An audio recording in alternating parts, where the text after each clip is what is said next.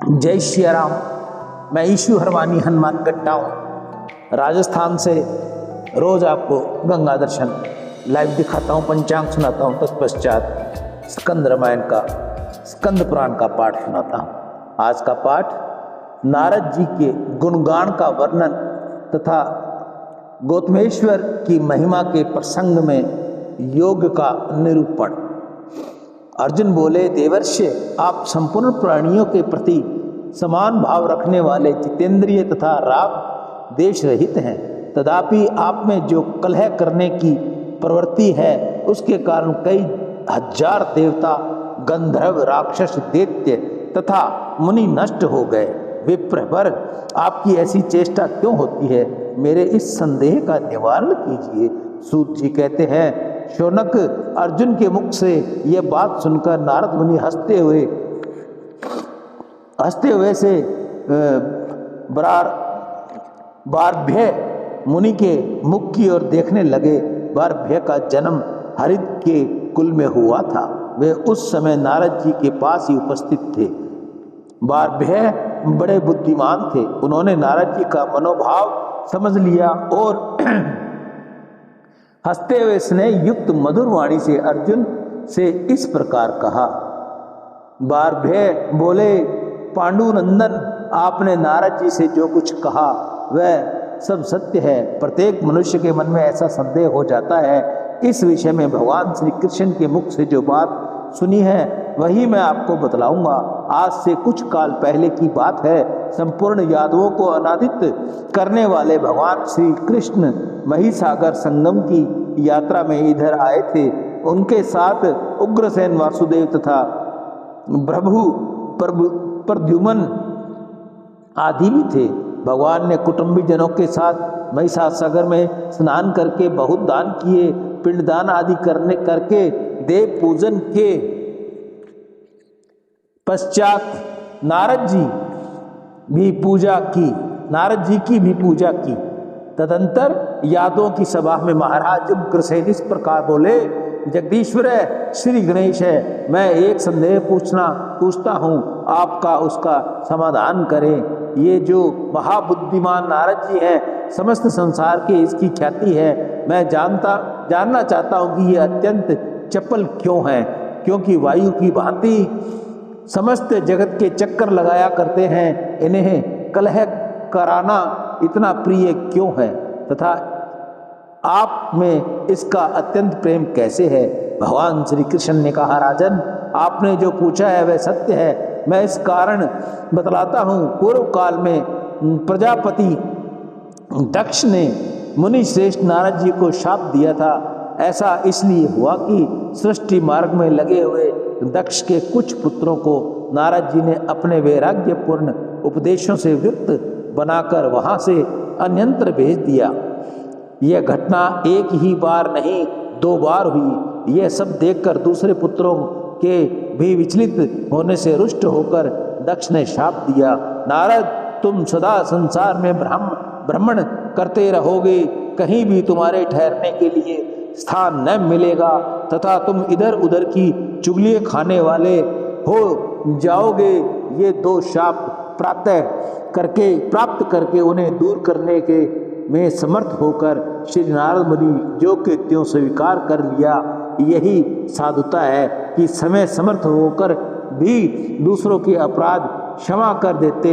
नारद जी पहले यह देख लेते कि अमुक दैत्य या राक्षस आदि का विनाश काल आ पहुंचा है, तब वे उसकी कलह भावना बढ़ाते हैं और चुगली के लिए झूठ न बोलकर सच्ची बात बताया करते हैं। इसलिए वे पाप से लिप्त नहीं होते।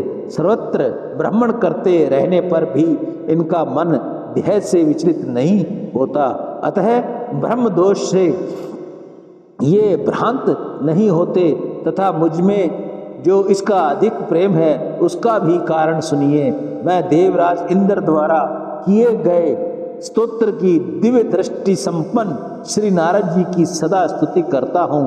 वह स्तोत्र श्रवण कीजिए जो ब्रह्मा जी की गोद में से प्रकट हुए हैं, जिनके मन में अहंकार नहीं है, जिसका विश्व विख्यात चरित्र किसी से छिपा नहीं है, उन देवर्षि नारद को मैं नमस्कार करता हूँ जिसमें अर्थी, उद्वेग, क्रोध, चपलता और भय का सर्वथा अभाव है, जो धीर होते हुए भी दीर्घ सूत्री, किसी कार्य में अधिक विलंब करने वाले नहीं है, उन नारद जी को मैं प्रणाम करता हूँ। जो कामना अथवा लोभवंश झूठी बात मुंह से नहीं निकालते और समस्त प्राणी जिनकी उपासना करते हैं, उन नारद जी को मैं नमस्कार करता हूँ।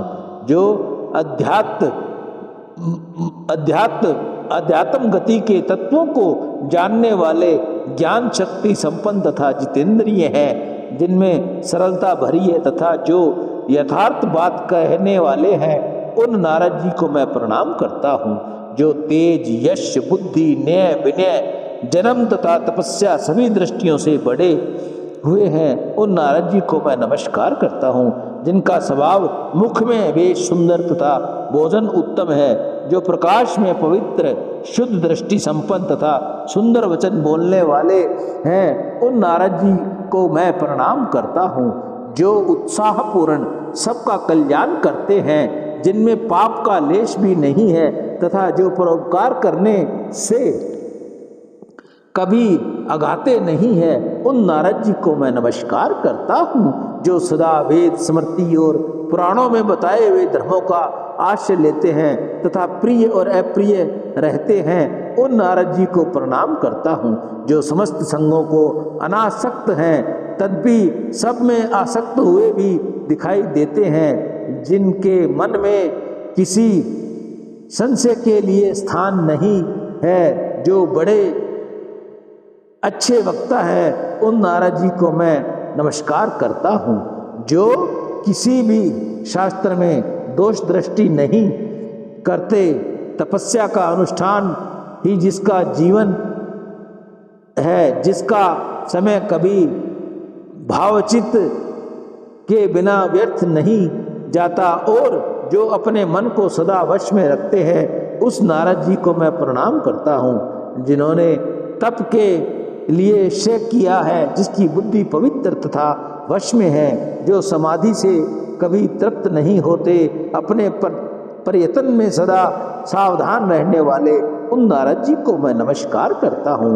जो अर्थ लाभ होने से हर्ष नहीं मानते, लाभ न होने पर मन में कलेश का अनुभव नहीं करते, जिसकी बुद्धि स्थिर तथा आत्मा अनासक्त है, उस नारद जी को मैं नमस्कार करता हूँ।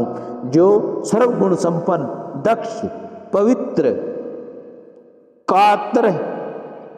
कातरता रहित, काल यज्ञ और नित्यज्ञ है, उन देवर्षि नारद को मैं बसता हूँ। नारद जी की इस स्तोत्र की मैं नित्य जप करता हूँ। इससे वह मुनि श्रेष्ठ मुझ पर अधिक प्रेम रखते हैं। दूसरा कोई भी यदि पवित्र होकर प्रतिदिन इस स्तुति का पाठ करे तो देवर्षि नारद बहुत शीघ्र उन पर अपना अतिशय कृपा प्रसाद प्रकट करते हैं। राजन, आप भी नारद जी के इन गुणों को सुनकर प्रतिदिन इस पवित्र स्तोत्र का जप करें, इससे वह मुनि आप पर बहुत प्रसन्न होंगे। भारभ्य कहते हैं, श्री कृष्ण के मुख से नारद जी के इन गुणों को सुनकर राजा उग्रसेन बहुत प्रसन्न हुए और उन्होंने बताए अनुसार उनका स्तोत्र भी किया। तदंतर नारद जी की पूजा करके तथा पर्याप्त दान देकर अपने बंधु बांधव एवं कुटुंबी जनों के साथ भगवान श्री कृष्ण द्वारिकापुरी को लौट गए। अर्जुन, तुम भी नारद जी के इन गुणों का शरण करके श्रद्धा में होकर उनका पूजन करें। भारभ्य का यह वचन सुनकर अर्जुन को बड़ा विस्मय हुआ। उन्होंने अंगों में रोमांच को आया और उन्होंने भक्तिपूर्ण नारद जी के चरणों में प्रणाम किया। तत्पश्चात इस प्रकार कहा, मुने, आपके मुख से इस गुप्त क्षेत्र का महात्म्य सुनकर मुझे तृप्ति नहीं होती, अतः पुनः उनका वर्णन कीजिए। नारद जी कहते हैं, अर्जुन, पूर्व काल में महायोगी अक्षपाद गौतम मुनि हो गए हैं, जो गोदावरी गंगा को यहाँ लाए थे और अहिल्या के पति थे। वह बड़े शक्तिशाली थे। उन्होंने गुप्त क्षेत्र का महात्म्य सुनकर और सर्वोत्तम जानकर यह योग साधना करते हुए भारी तपस्या प्रारंभ की। तदंतर महात्मा गौतम ने योग सिद्धि प्राप्त करके इस तीर्थ में गौतमेश्वर नाम से प्रसिद्ध शिवलिंग की स्थापना की। इस गौतमेश्वर लिंग को भली भांति नहलाकर उस पर चंदन का आलेप करके उसे भांति भांति के पुण्यों से पूजे और गूगल की धूप जलावे। ऐसा करने वाले मनुष्य सब पापों से मुक्त हो रुद्रलोक में प्रतिष्ठित होता है। अर्जुन बोले, देवर्षि, मैं योग के स्वरूप का तात्विक विवेचन सुनना चाहता हूँ, क्योंकि योग को समस्त उत्तम साधनों से भी उत्तम बताकर सब लोग उसकी बड़ी प्रशंसा करते हैं। नारद जी ने कहा, कुरुश्रेष्ठ, मैं संक्षेप में ही तुमको योग का तत्व बतलाता हूँ। इसके सुनने से भी चित्त निर्मल होता है, फिर सेवन करने से तो कहना ही क्या। चित्त की वृत्तियों को जो रोकना है वही योग का तत्व कहलाता है।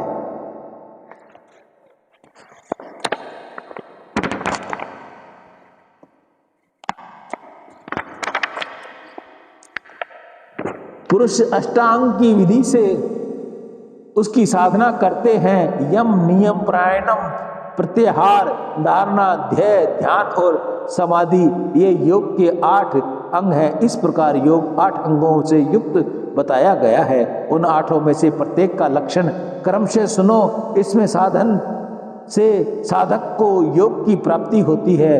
अहिंसा, सत्य, अस्तेय, ब्रह्मचर्य तथा अपरिग्रह, ये 5 यम कहे गए हैं। इन सब का भी लक्षण सुनो। जो संपूर्ण प्राणियों में आत्म भाव रखकर सबके हित के लिए चेष्टा करता है, उसकी ये प्रवृत्ति अहिंसा कही गई है, जिसका वेदों में भी विधान किया गया है। जो समय देखा गया हो, सुना गया हो, अनुमान किया गया हो अथवा अपने अनुभव में लाया गया हो, उसे दूसरों की पीड़ा न देते हुए यथार्थ रूप से वाणी द्वारा प्रकट करना सत्य कहलाता है। उसके सत्य कहलाता है। अपने ऊपर आपत्ति पड़ने पर भी मन, वाणी और क्रिया द्वारा किसी प्रकार भी दूसरों का धन न लेना अस्तेय कहा गया है। मन, वाणी, शरीर और क्रिया द्वारा मैथुन से सर्वथा दूर रहना, यह सन्यासियों का ब्रह्मचर्य है। तथा ऋतु काल में अपनी ही पत्नी के साथ केवल एक बार समागम करना तथा अन्य समय में पूर्ण संयम रखना, यह गृहस्थों का ब्रह्मचर्य है। मन, वाणी, शरीर और क्रिया द्वारा सब वस्तुओं का त्याग कर देना, यह सन्यासियों का अपरिग्रह है। तथा सब वस्तुओं का संग्रह रखते हुए भी केवल मन से उसका त्याग करना, उसके प्रति ममता और आसक्ति का न होना, यह गृहस्थों का अपरिग्रह माना गया है। सियावर राम जय जय राम, मेरे प्रभु राम जय जय राम। इससे आगे का पाठ हम आपको कल बताएंगे। मेरे प्रभु राम जय जय राम, जय मंगल भवनीय मंगलहारी, द्रवौ सुदशरथ अजर बिहारी, दीन दयाल विरुद्ध संहारी, हरहु नाथ मम संकट भारी। मैं ईशु हरवानी हनुमानगढ़ टाउन राजस्थान से रोज आपको गंगा दर्शन लाइव दिखाता हूँ, पंचांग सुनाता हूँ। एक सूचना मैं आपको इन दिनों रोज दे रहा हूँ, दोबारा एक बार फिर पुनः आपको सुना देता हूँ। जिस भाई बहन माता को गौ माता के गोबर से, शुद्ध गोबर और गौ माता के शुद्ध घी से बनी हुई अन्य जड़ी बूटियां डालकर तैयार की हुई किसी को धूप चाहिए तो वो मुझसे मंगवा सकता है। धूप का रेट फिलहाल हमने 500 रुपये किलो कोरियर सहित रखा है। राम